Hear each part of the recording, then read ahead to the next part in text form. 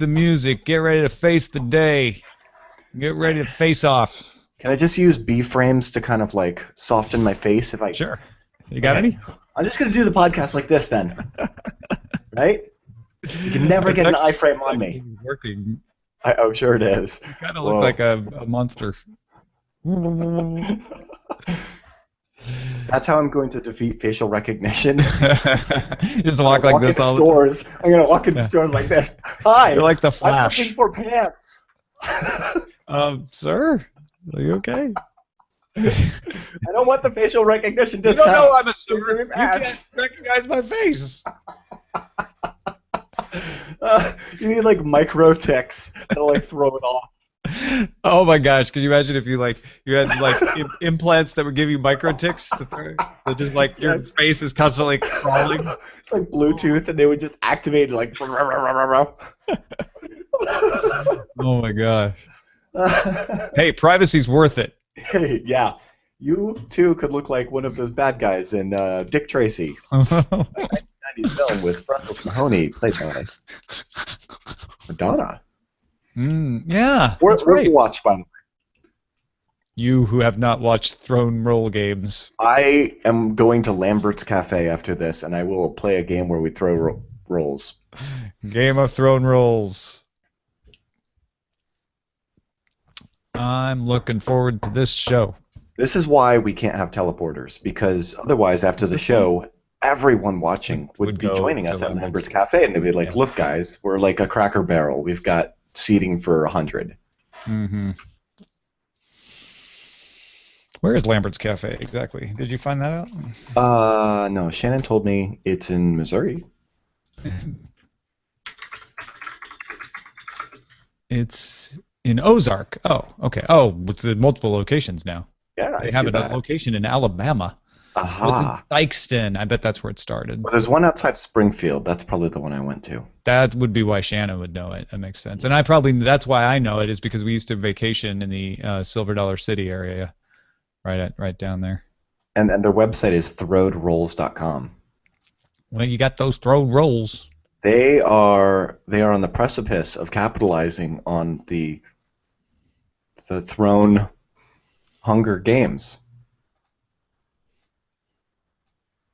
Nixa. I remember Nixa. Trying to shake my Highlandville, Saddlebrook, Oldfield, Chadwick, and yeah, there's the park. I'm sure.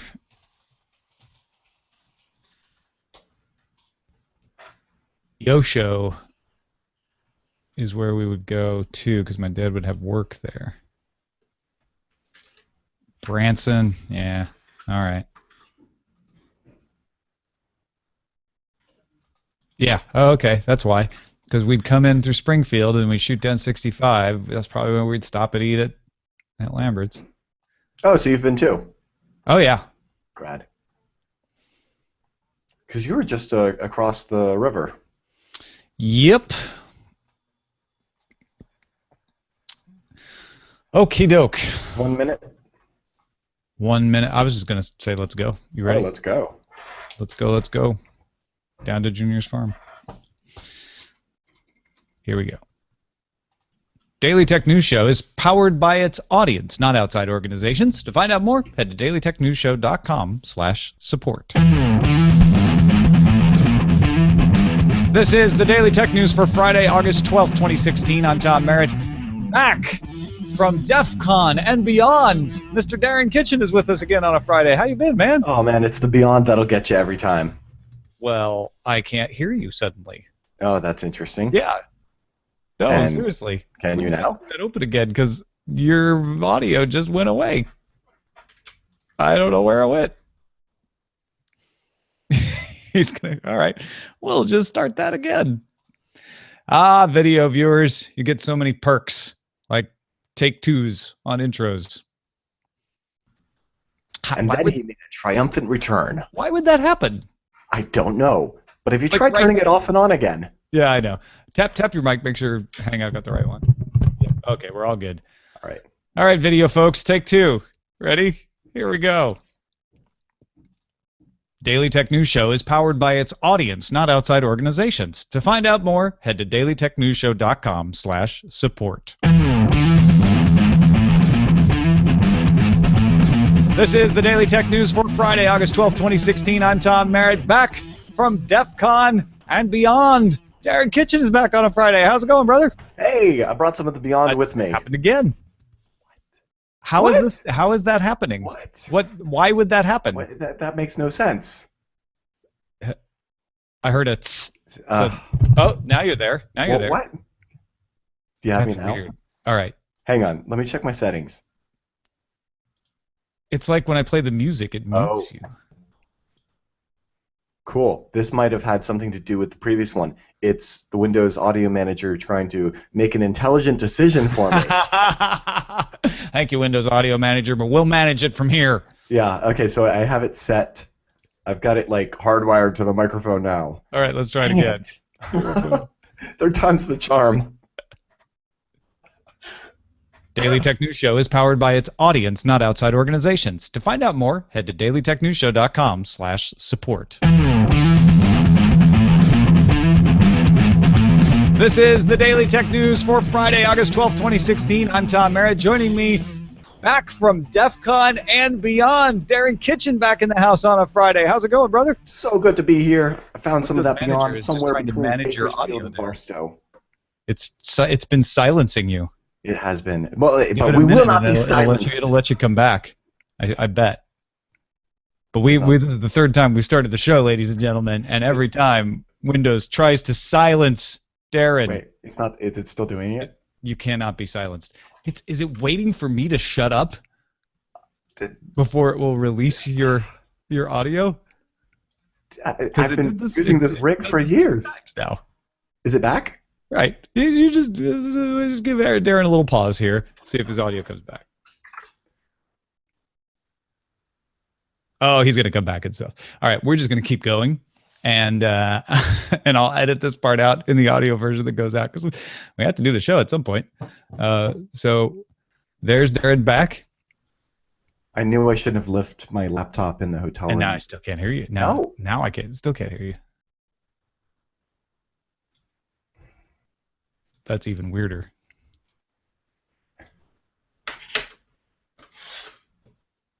If you change it in the Hangout, like change it off and turn it back on, that doesn't.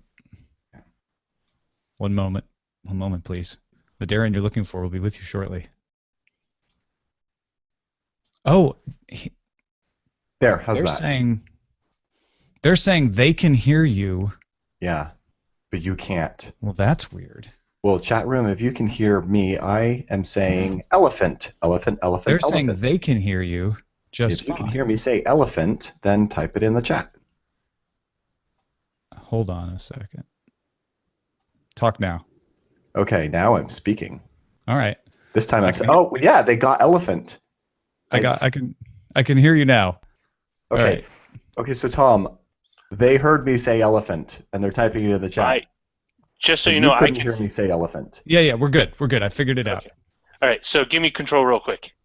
Because I had to restart. Why did you drop out? Because no one could hear me. And I was trying to tell you I could hear Darren the entire time. Okay. All right. One last time. I was gonna let that be it, but I think I fixed it. I think it was an audio hijack thing on my end and a thing on your end. Both. Okay. Okay. Here we go. Did you reroute it through the main deflector array? Daily Tech News Show is powered by its audience, not outside organizations. To find out more, head to dailytechnewsshow.com/support.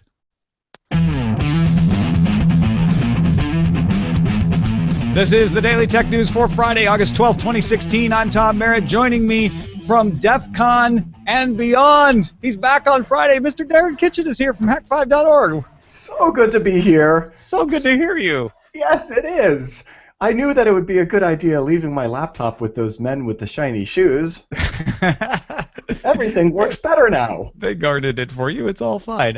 We're going to talk a little bit about Mr. Robot. Now, don't worry if you haven't seen the show and you want to watch it. We are not going to spoil anything about the story, the characters, the plot. We are going to simply talk about a couple of hacks that happen. If that's too much spoiler for you, we'll let you know before we do that. later in the show. Let's start off with some top stories.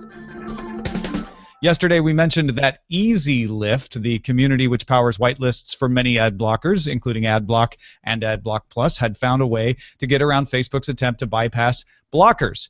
Josh Constine at TechCrunch has been doing a yeoman's job trying to follow the cat and mouse game that has unfolded since then. Thursday evening, sources said Facebook was rolling out new code to combat the workaround. Friday morning, AdBlock Plus announced that, another workaround to their workaround had been found, and by midday today, Facebook had broken the new workaround. I'm going to look and see if another workaround has showed up since then. How long can this go on? Who blinks first, Darren?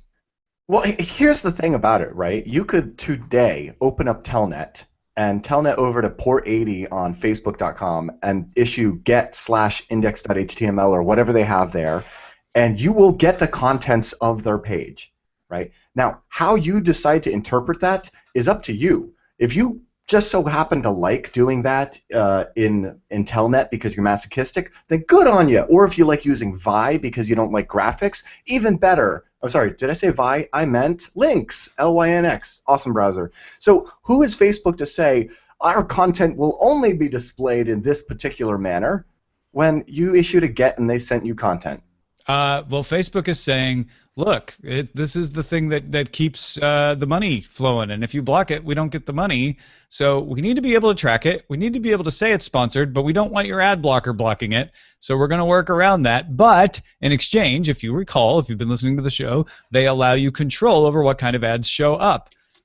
However, as Darren has pointed out, you can take the position that they have no right to do this, or you can take the position of like, hey, they have the right to try to block, and I have the right to try to get around the block, and that's just code at work, and that's what's going on with AdBlock and Facebook right now. Well, the transaction is complete once they've given you the content. Yeah, I mean, they're not trying to say it's illegal. They're just trying to say, well, we don't like you doing that, so we're going to try to come up with a way where you can't do that very easily, and the EasyList community is like, well, there's always going to be a signal, and we're always going to follow it, so or find it. Interestingly, speaking about it being illegal or not, I mean, at least in the United States, the FTC does say that they have to, put like a little thing to identify what the ads actually are. Exactly. Mm-hmm. So, it's just interesting that there are laws there to protect consumers in those cases, but there are no laws to protect the corporations that are trying to monetize with the advertising about how your browser is going to display the web page. And let's just be really thankful for a moment that we don't live in that kind of a world. Mojang developer Tommaso Cicci tweeted that Minecraft for the Oculus Rift will arrive sometime next week. You'll need either the Windows 10 or Mac OS beta of Minecraft installed, so if you haven't got that, go get that. And then, of course, you'll need an Oculus Rift, because playing the Oculus Rift version of Minecraft without an Oculus Rift is challenging. Yes. Okay, so Tom, I'm kind of conflicted about this because I really like Minecraft. I think it's a wonderful game, and those are the kinds of games that I love getting immersed in. I'll give you another like open world example. You ever play The Sims? Oh yeah, I loved The Sims. Well, did you ever play The Sims for long enough that when you stopped playing The Sims and you went to go and get the laundry out of the dryer, and then you went to go to the refrigerator to make yourself a snack, and then you went to go to talk to your wife, and you go, shallow, and all of these like human interactions, suddenly you feel robotic and not quite human anymore. Yeah. Imagine a 10-hour game-a-thon session of Minecraft in VR, and then you take the goggles off and see the default world. Yeah, I know exactly what you're talking about, because I have been in that state where you look down in the shower and get shocked that there are no pixels there. Or that you have feet. You're like, whoa, what? I'm naked. There's no pixelation. What's going on? Yeah. So I think on the whole, though, people get used to that. That wears off, and this is going to be an even greater way to manipulate blocks. Yes, and that's the Microsoft that I know and love. Microsoft announced also that the forthcoming numbers from MPD Group show the Xbox was the top-selling console in the U.S. in July. Now, keep in mind, MPD does not make these numbers public, although they allow individual companies to make their own numbers public. Microsoft never makes their numbers public until now. That's because they just broke an 8-month streak. Sony's PS4 had been in the top spot for 8 months, starting in November 2015. Overall, though, console sales were down 42% year over year. It's a sag in the new generation, which is why we're seeing the PlayStation Neo is going to be announced September 7th, which is why we have the Xbox One S. They're trying to juice those numbers. Don't forget, the Xbox One S went on sale August 2nd. So the Xbox One S is not counted in these MPD numbers, and the Xbox became the top-selling console in the month before the Xbox One S came out, while everybody knew it was coming out. And many of you were saying, well, why would Xbox do that? It's going to hurt their sales. Apparently, it didn't. So there you go. Good for them. You're like, good for Microsoft. They're the champs. Yay, this week.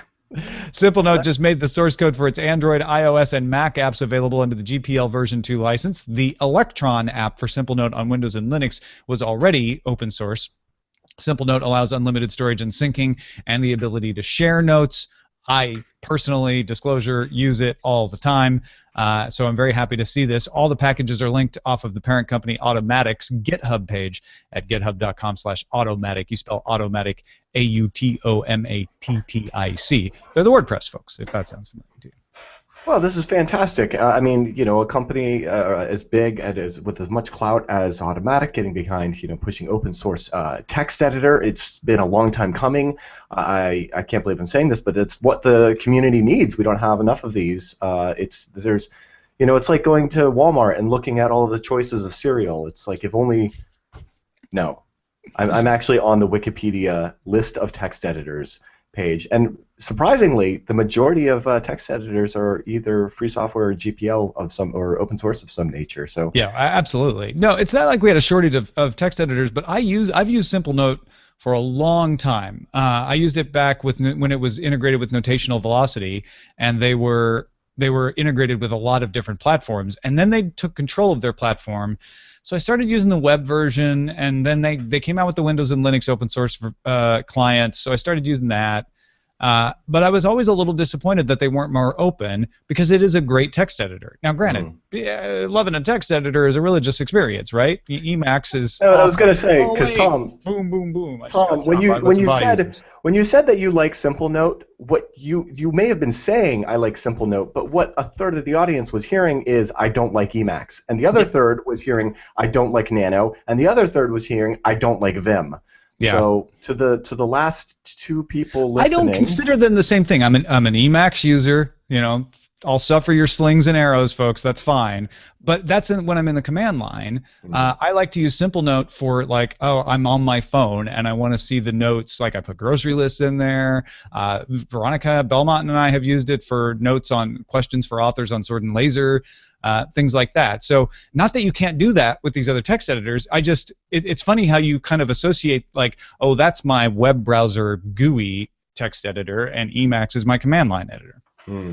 Well, let's all be thankful that we don't use Vim and Emacs on our phones, because soft keys, they lack tilde in all the wrong ways. I love this. The chat room is just starting into Notepad++, Vim, Emacs, Vim. Editzilla. Here it goes, Editzilla. Yeah. CVS Health has launched its own payment system through the use of a barcode in the CVS app. The system lets customers pay for products, pick up prescriptions, and earn their loyalty rewards all in one app. The idea is that you don't need to give PINs or present a separate card. You can even store multiple credit cards in the one app. The system can draw on health spending accounts and flexible spending accounts. And even drive-up customers can benefit. They give you a 5-digit temporary code when you're checking out that you can just tell the clerk, so you don't have to actually hand them over your phone. Are we heading to a world where we have a different app for every brick-and-mortar store at which we shop? That is my first reaction when I see this. Is like, come on, y'all. There's payment systems out there, and you could join one of those, right? There's NFC. Why do this?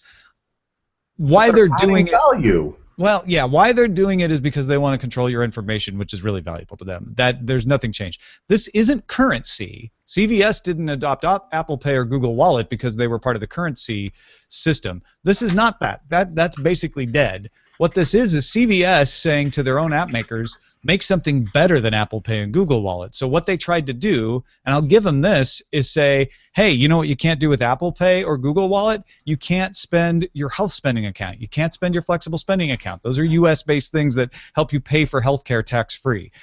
You can't use your rewards card You have to pull out your rewards cards separately with those systems, and in this system you can. Now, granted, a lot of you don't want to have a rewards card because you don't want to be tracked, but for people who do, who don't mind, that's another advantage here. So I was like 99% like ready to scoff at this, and then I'm like, well, I'm not because I actually see the value add. Here's the thing. I'll give you an example of a brick and mortar that does accept Apple Pay. Starbucks. And I use their app because I can order online and then show up and then my venti Americano with a pump of mocha is ready for me at the thing. So that's the whole point. And so I looked at this and the first thing I thought was, oh, I can't wait to see what Shannon does with this.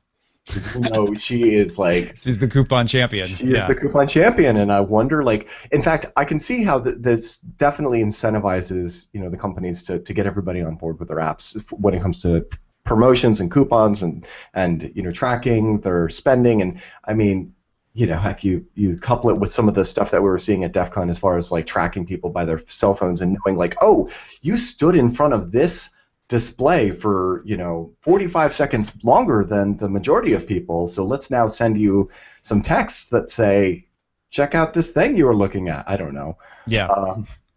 I don't like the idea. I like this idea in the short term, like the Starbucks app, I get that. The CVS app, I actually get this. In the long term, though, I go back to your original question here, do we need a separate app for everything then? Is it going to be like, oh, well, the dog bakery now has the dog bakery app, and my favorite bar has their own app? Like, that's unwieldy. Yes, it is unwieldy, Tom. However, I will counter your point by saying that if you drop to the prompt right now and did dir/s:/star.txt, you would get a list of every text file on your computer, and you could choose a different text editor to open each of them. What wonderful world we live in. See what you did there, Darren. And I'm just saying, yes, I like choice, but you know what I don't have to do? I don't have to choose a different text file format for each one of them. So you want ASCII at the register is what you're saying. Exactly. To me, the equivalent of the text editor, which, by the way, I did open Terminal and started to see that. The key to me is the phone is the text editor. The payment system is the thing running in it. To my way of thinking, like, I don't mind if there's multiple options in a payment system, but I don't want to have installed an app and manage an app in order to pay. Like, I don't know. Yeah, no, I hear you. The other takeaway is I now know that if I just rattle off some commands, Tom will type them. So PowerShell system execute. Right. That's probably a bad habit, kids. Yes. Don't do that. Researchers from the University College London have created an algorithm that examines the qualities of handwritten text and then can duplicate the handwriting style.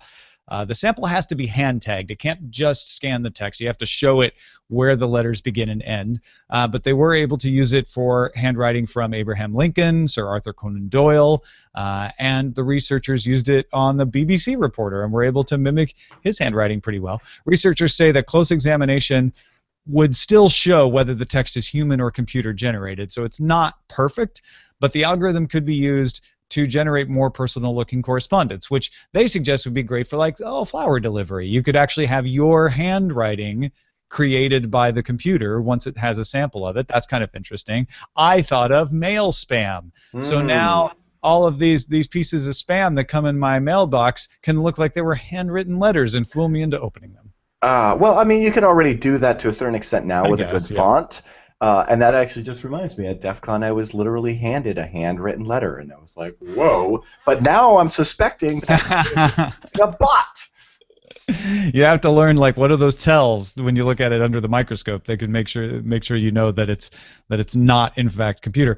I'm fascinated by this because I'm not sure what good it is, but I do like the idea of, say, giving a sample of my handwriting, typing out a note, and then having it printed and sent to my mom because she would appreciate that. But then does the value go away at some point when everyone starts to realize that all these handwritten notes aren't really handwritten? Well, what we could do is we could use this to analyze the works of Benjamin Franklin and have the computer then rewrite 50 Shades of Grey, Benjamin Franklin edition. Oh my gosh, yeah, handwritten manuscripts from famous authors. There you go. So on the road, in the handwriting style of Roseanne. Right? Yeah. All right. I just love that, like, the whole idea that we're in this world where, like, signatures, those are out the window. Photographs, those are all photoshopped. Like, nothing is real anymore. Yeah. If there's anything left that's analog that we haven't destroyed, please put that in a list somewhere so that we can just knock that off as a society. Now I just want to have the John Hancock font. Ooh, right? Yeah. Huh. That's a CSS style waiting to happen. Absolutely. See? And then you could just render Facebook like that. Boom. Oh yeah, social networks give a personal style, but again, does that perception go away once it starts to be something you see on computers all the time? I don't know. Computers. Thanks to all those who participate in our subreddit. We appreciate your handwritten story submissions at dailytechnewsshow.reddit.com. We got folks in there like Consistent, Steve I.O., another Jay Martin, Pepe DeVesa, and more. MacWinUXIT is in there. Get in there and join them with some submissions or even just voting at dailytechnewsshow.reddit.com. All right. We are going to talk about some hacks shown in this week's episode of Mr. Robot. Here's the key way you know we're not going to spoil you. Neither one of us have seen the entire episode. I haven't seen any of the episode, and Darren has only seen the part relating to the hacks. So we're also not going to talk about plot points. We're not going to mention character names.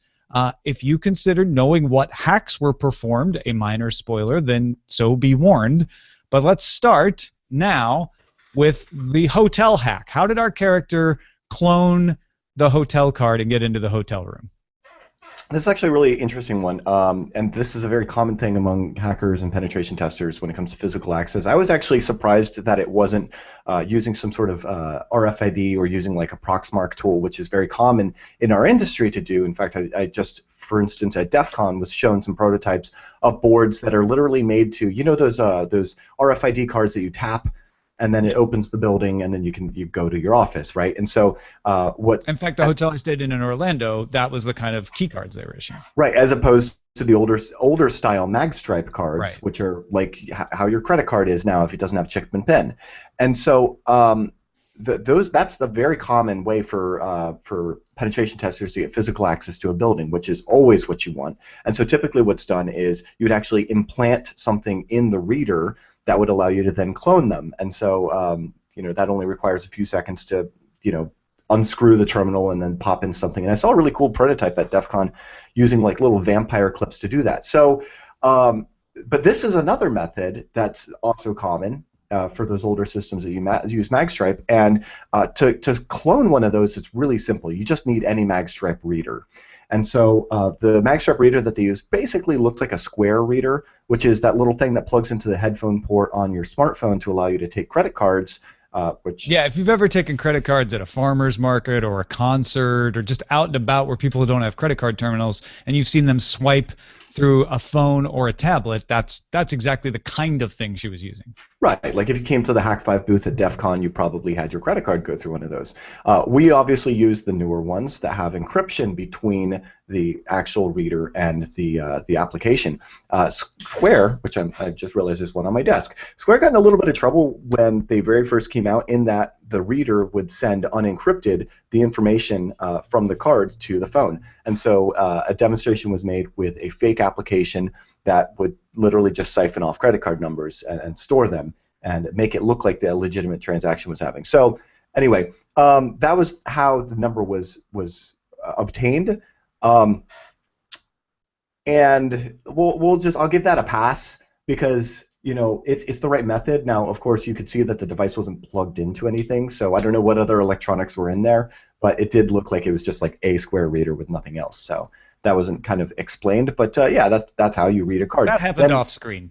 Right, and then typically what you do is use a card writer and then a blank, and you write the mag stripes on the card. It's just like a floppy disk, right? Well, or ATM skimmers or gas stations. Sometimes you'll find these things that people have popped on there to just steal all the card numbers that way as well. So there's a million other ways that they could have done it. Yeah. Right. So what they actually used, instead of creating another card with a writer, which is a much larger piece of equipment, they just used MagSpoof, which is a tool developed by Sammy Kamkar, who you probably know of many awesome hacks like drone killing hacks, and he did a keyless entry one before DEF CON last year that was fantastic. So they just used his tool, and what it does is it emulates the magnetic stripes that would be passing by the reader using an electromagnet. So you just hold it up to the device, and there you go. And it's similar to what Samsung does with their Loop Pay, actually. Yeah. Except they do it legitimately and with approval and encryption. Hold on to that thought, because as it turns out, the technology is completely agnostic of the use case and the motivation. Interesting. All right. Once she gets into the hotel room, though, there is a femtocell in an office across the way they want to hack into. She uses a cantenna to contact it. Walk us through a little bit about the next hack in this scene. I'm assuming that the femtocell is running a Wi-Fi network. At some point, actually, you see them SSH'd into it, and it's running OpenWRT, which is a very popular open source Wi-Fi router kind of operating system. It's an embedded Linux system. And so I guess what they're illustrating here is that she has wireless remote access into the building from across the street. That's totally legit. You use a patch. You could use a patch antenna. You could use a panel antenna. You could use a Yagi antenna, and she's just going with a cantenna, which is, basically imagine that you put your Wi-Fi card inside of a Pringles can and pointed it somewhere. It would kind of isolate out some of the outside RF so that you're, looking through a sniper scope kind of just at the RF that you want, both on the send and receive side. And yes, that's a technique. That's a legitimate thing. And it gives you a little extra distance, a little more control, and it got her into the office. Now, before we get to the last part of the hack, you said that there were some things that happened during the hack that you're like, well, they could have made this a little more efficient if they didn't need to tell a story. Right, and so, and actually, real quick about the cantenna thing, one way to visualize it is that your Wi-Fi radio is like a balloon, and so by default it creates a sphere. But so it's the same amount of energy, but if you take that balloon and you squeeze it, it's going to become longer, but also thinner, and so it's the same amount of air, but you've kind of elongated it. And so that's what that cantenna is doing. Is it's just taking the same amount of oomph from the radio and just pointing it in one direction, shooting it out in one direction. Essentially. Yes. So what happened was, I guess in order to make for suspense, because again it is television, the person that was setting up the femtocell needed to actually log into it to issue a command, which was cool, except for the fact that command could have easily been put into the rc.local file, which is kind of like an auto-exec bat in DOS, like it's the thing that executes on boot.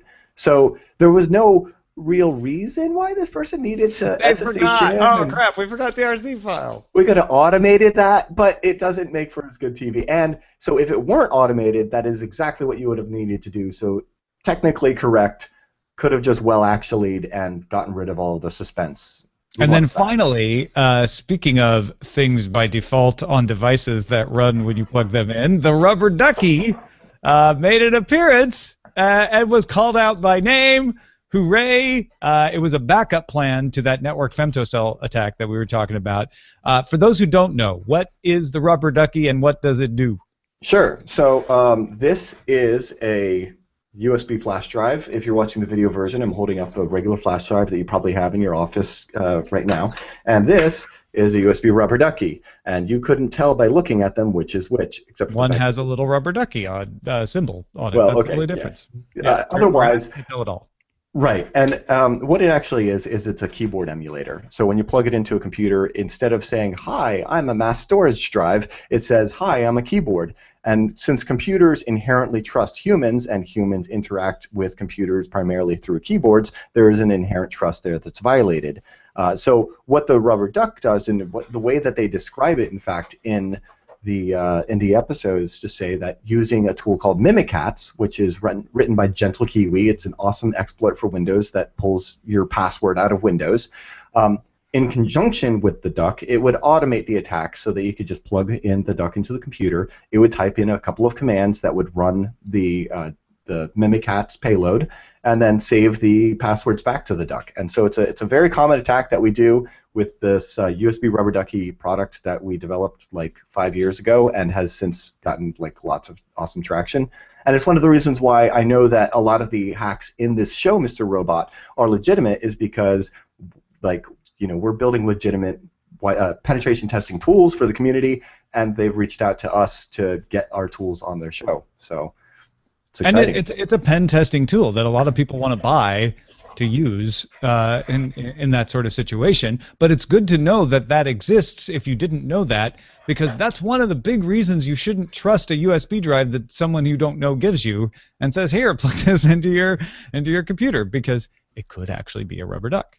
Yeah, Tom, I used to be a systems administrator, and like all systems administrators, I wasn't necessarily lazy, but I had better things to do, like play Counter-Strike. So when people would ask me to fix like network shares that got lost, or printers that they couldn't connect to, and things of that nature, it was always about like what's the quickest way to resolution. And as it turns out, when you're managing a bunch of Windows boxes, the fastest way is to drop to the terminal and run a couple of esoteric commands, net use, whatever have you. Well, instead of trying to automate that on like the Windows side, if you could just type directly into the command prompt, you could just get that done real quick, which is why I developed the USB Rubber Ducky as a tool for systems administrators that have very common problems that they execute over and over again. It just so happens that the same technique can be used to write nefarious things into computers. Yeah, because you can write whatever you want. And why is it called a rubber ducky? Because a rubber duck is not trademarked. USB rubber ducky is. And the original rubber duckies, did they? I know actually, you had were originally in rubber duckies. Yes. In rubber duckies. Yeah. And the original Wi-Fi pineapple was actually inside of a pineapple case. Those are the days. Yeah. I've got examples of both somewhere around. Nice. All right. Well, that is awesome, folks. If you haven't watched Mr. Robot, I recommend it. It's worth looking at. And now you know a little bit about the lengths that they go. I mean, all those hacks we just described to you were passed over in minutes. Mm-hmm. They were not like long 20-minute explanations within the episode. They were just like, oh, we're going to do this and we're going to do that. Right. Well, I know the technical writing team, they made friends with us a couple of DEF CONs ago and explained to us what they're doing with the series. And essentially, they don't shoehorn in technology to meet the story. The tech team comes to the writers and says, here's what we've got. And then they use those pieces to put it all together. And then they work with the people that make these tools to make sure that they get it right. So I can't spoil it by talking about any other future Hack 5 gear that you're going to see in the show, but I will say that when they do feature this sorts of stuff, you work directly with them to make sure that they have payloads and such that are exactly what the pen tester would be using. Excellent. We got a pick from Zach, who said on Wednesday's show we mentioned engineer LaForge, who had written into us, and Scott mentioned a Borg cube, and Zach feels an obligation to the Federation of Planets to nominate the Greatest Generation podcast as a pick. That is the name of the podcast, The Greatest Generation, except spelled in the Star Trek The Next Generation font. Zach says, this show is as if you and your buddies who love Star Trek got together, had a few drinks, and made fun of every episode of Star Trek The Next Generation. Warning, it's pretty vulgar at times. The website is gagh.biz, or the podcast network website is maximumfun.org/shows/greatest-generation. Darmok and Jalad at Tanagra. Zach from Helicopter Weathery, Minnesota. I actually saw a bumper sticker in Berkeley recently that said Darmok and Jalad at Tanagra, and I was just like, my heart sank. I was so happy. Musaka is waking, Zach. Send your picks to us, folks. Feedback at dailytechnewsshow.com. You can find more picks at dailytechnewsshow.com/picks. A lot of you guys wrote back with ideas about the emergency mode ideas or proposals that we were kicking around on yesterday's show. Motang pointed out the Samsung Galaxy has an SOS mode. It's not exactly everything we were talking about, but it's activated by tapping the power button 3 times in succession. So that seems to solve the idea of how you activate this. It then will send pictures from the front and rear cameras, an audio recording, and your location, but only to preset emergency contacts. So it has that limitation, but maybe that's the kind of thing that could be worked into a broader emergency mode. Paul in Springfield had an idea for a smartphone scheme to activate emergency services. He knows of one connected door lock that works on implementing a solution to activate the lock using a programmable pattern recognition for knocking on the phone body. The user can knock a set pattern against a phone in the pocket, and it will trigger the door's application to unlock the door. So he's like, hey, maybe that could be used to activate an emergency mode in a situation where you can't do much else with your phone.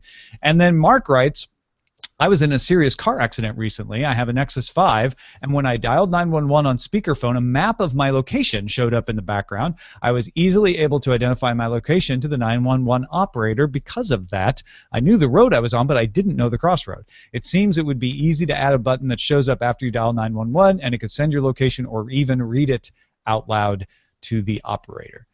We got lots of other ideas as well. Thanks to everybody for sending them along. These are just some of the notable ones that I picked.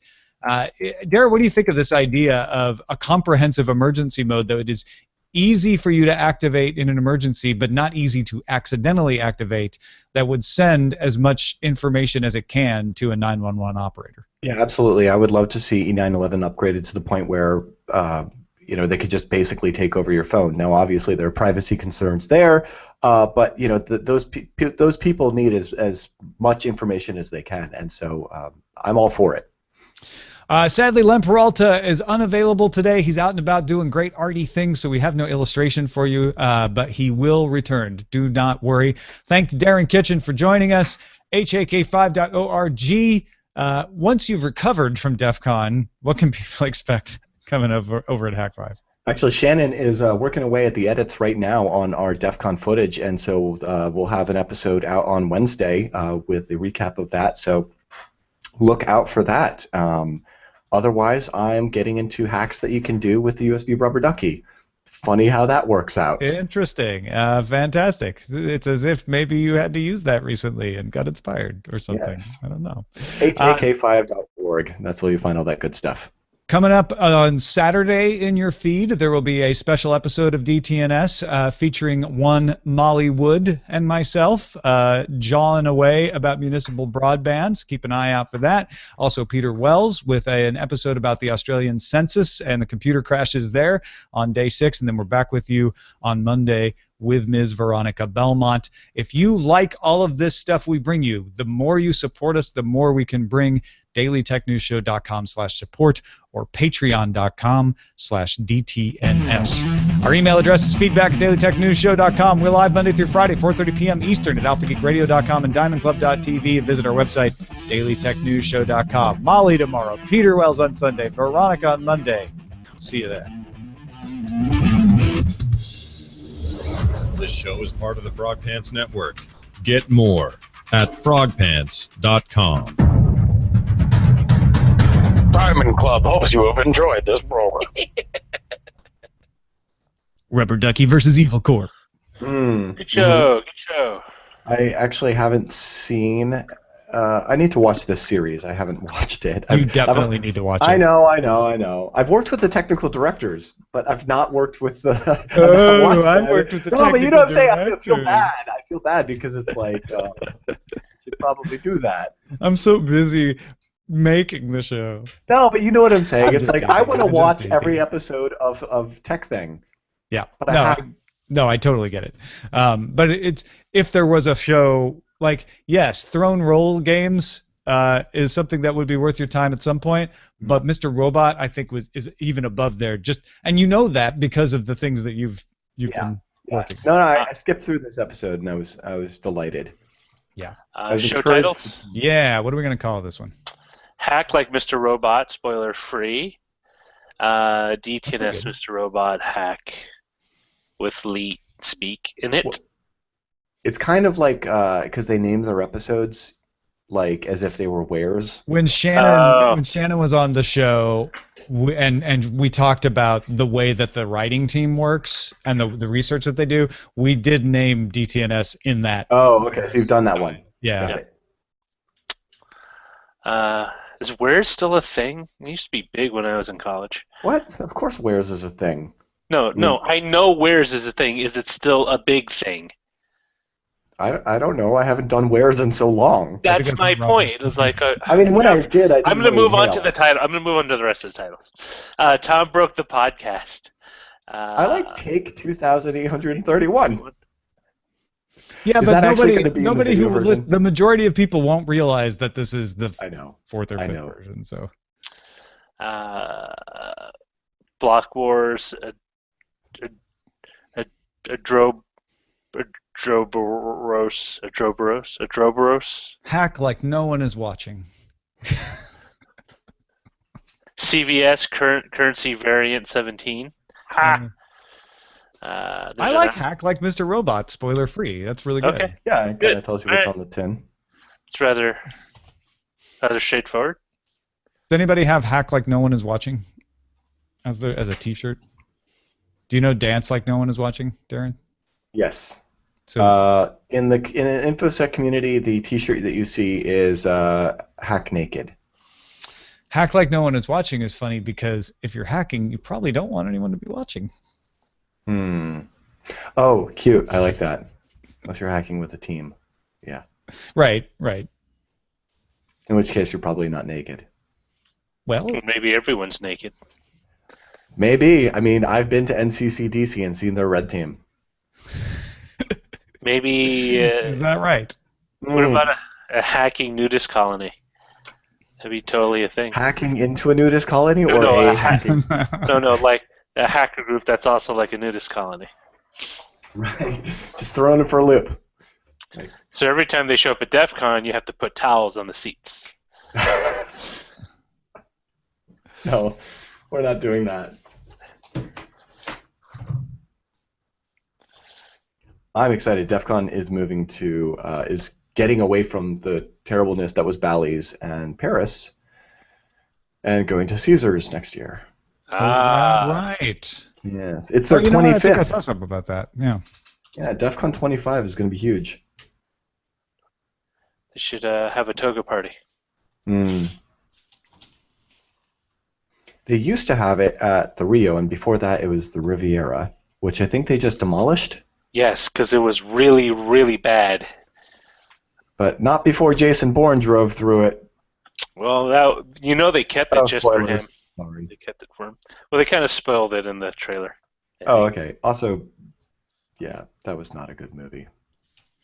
It was a movie I'd seen already before I saw it. I got really excited when I saw Shannon. I saw Shannon. I actually did. Like, I was worried I was going to miss her in that scene. I was like, oh, there she is. Yeah. It's a Where's Waldo. There was a much larger scene, but that was deleted. Hopefully it'll be on the DVD. Yeah, I hope so too. But yeah, that was the problem with Jason Bourne was like, oh, this is all the other Bourne movies already. I know exactly what's going to happen next. Oh, look, it happened. More like Jason Bourne. Also, that is not a movie that took the care to get its hacks right. No, but they did use, in one scene, they're like, use the reverse shell. I liked when they're like, we'll hack in using SQL. Yeah. Or I think they said SQL. They said they were going to hack the database with SQL. And They're I'm like, hack the database listen, with SQL. when you go into the I could not database, help myself. don't try to use Bash. You're really going to want to use SQL on that database. You mean run the database? Maybe. Eileen just elbowed me in the gut. She's like, shut up. You're ruining the movie. I know, wife. The movie's already ruined. No, they ruined the movie. Maybe you should have been that guy. Just wear your glasses and kept pushing on your face and just say, "Excuse me." That is not how a shell works. If you need to throw food at me, make sure it's uneaten. I haven't had dinner yet. Make sure it's a roll. Please throw rolls. We're on a roll today. We are I now. wouldn't mind a roll with a hot dog in it. Actually, no, a sausage. Nice, juicy sausage. I turned down a hot dog the other day. Because you were worried about your health? Sort of. More like I wanted more than a hot dog, but I didn't want 2 hot dogs. A burger? So I got a salad instead. That's a poor choice.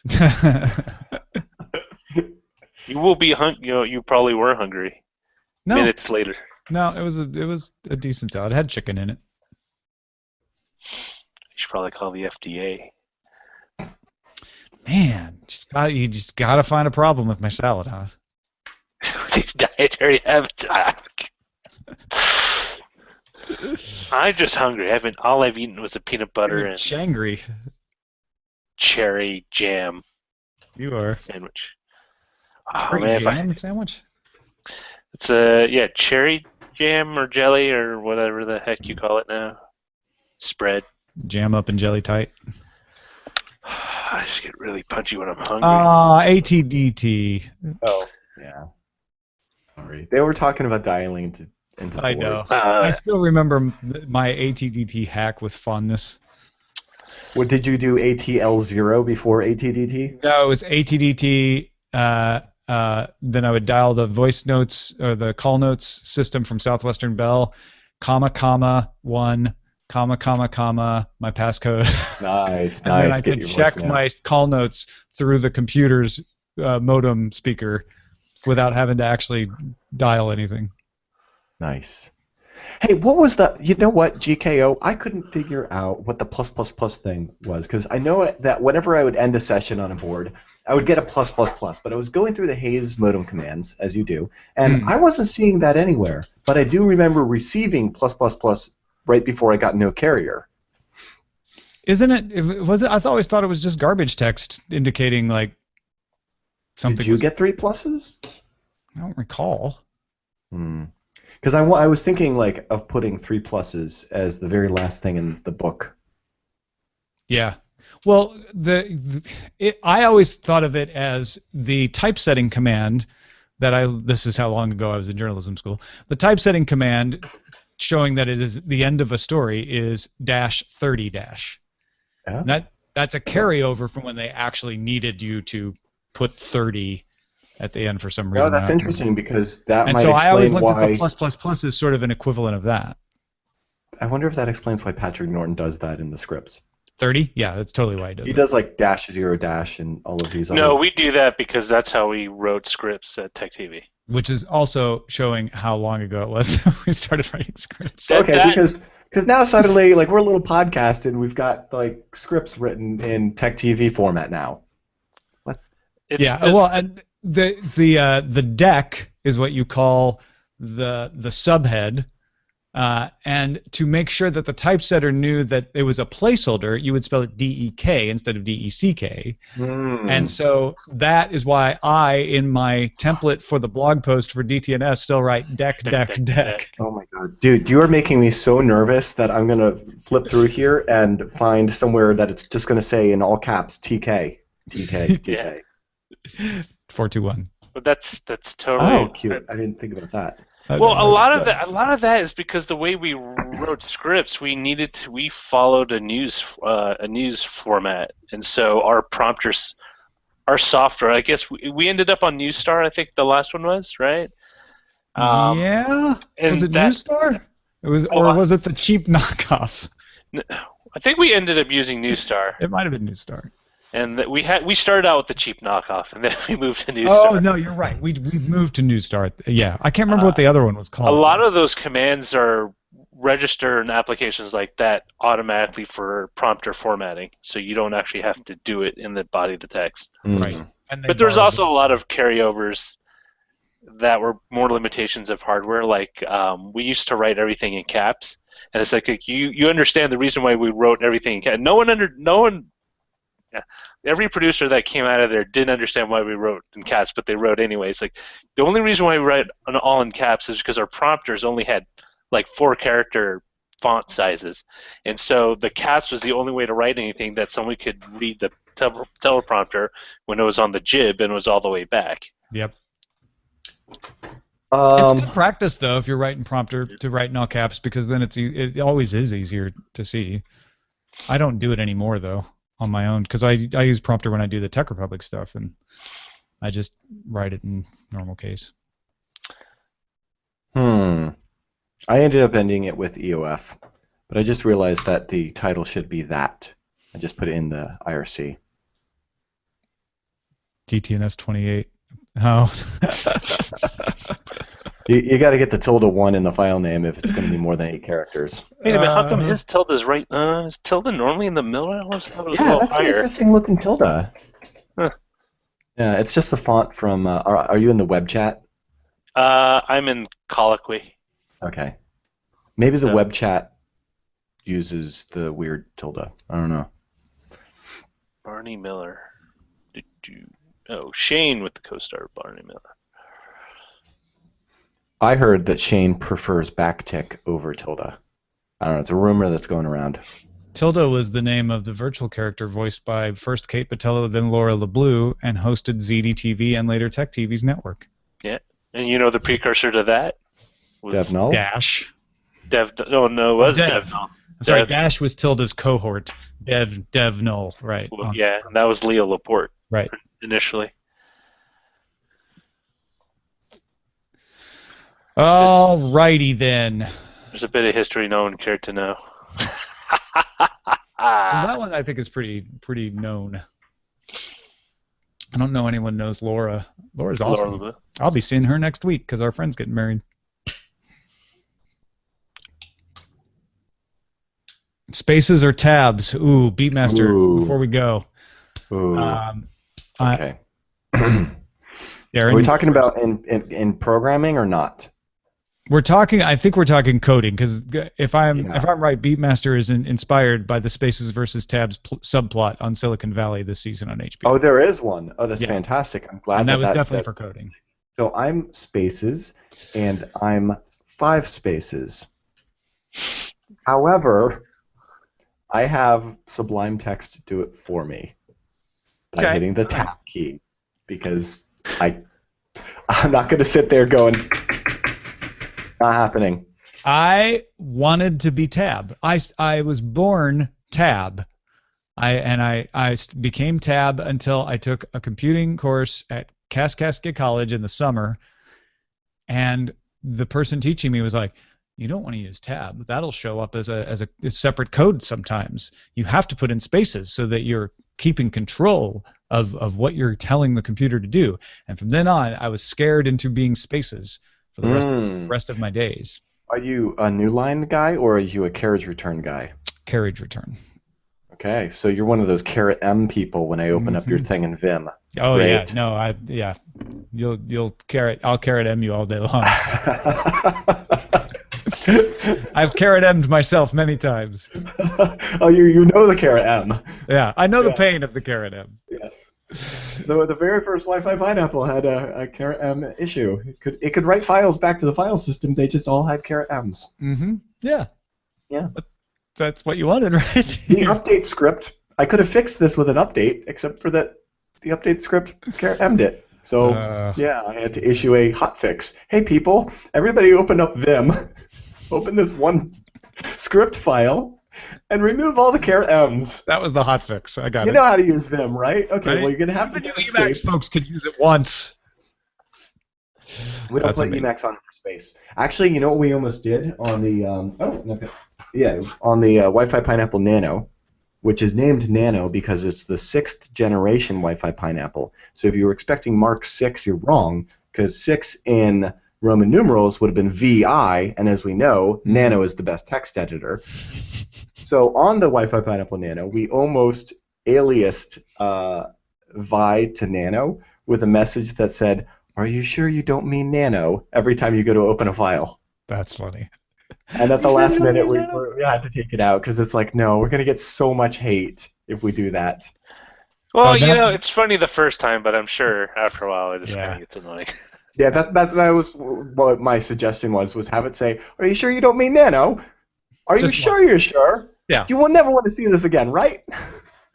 Do you, now they're saying double spaces after periods, which I was taught to do in school, and I've untaught myself, but every once in a while I just find that I've done it, like without even realizing it. I was always taught double spaces after a period. Do you start a paragraph with a tab? No, I don't. I never do. Start a paragraph with a space? Yes. I started with a tab. I started with I was always taught to break it. Consternation of my copy editors. It's like, why do you do this? It's like, are you handwriting this? Like, no. It's like the don't do it. Because I was tabs originally, so it's the last place that I was allowed to be tab. Well, I'll get you a 12-ounce can of Tab. Thank you. That was I almost said it myself. I'll play you a round of Unreal Tournament 99, and you can hold down Tab to see how sore you're losing. Okay. All right, folks. More controversies to come in the coming days. Thank you for watching. We'll see you on Monday.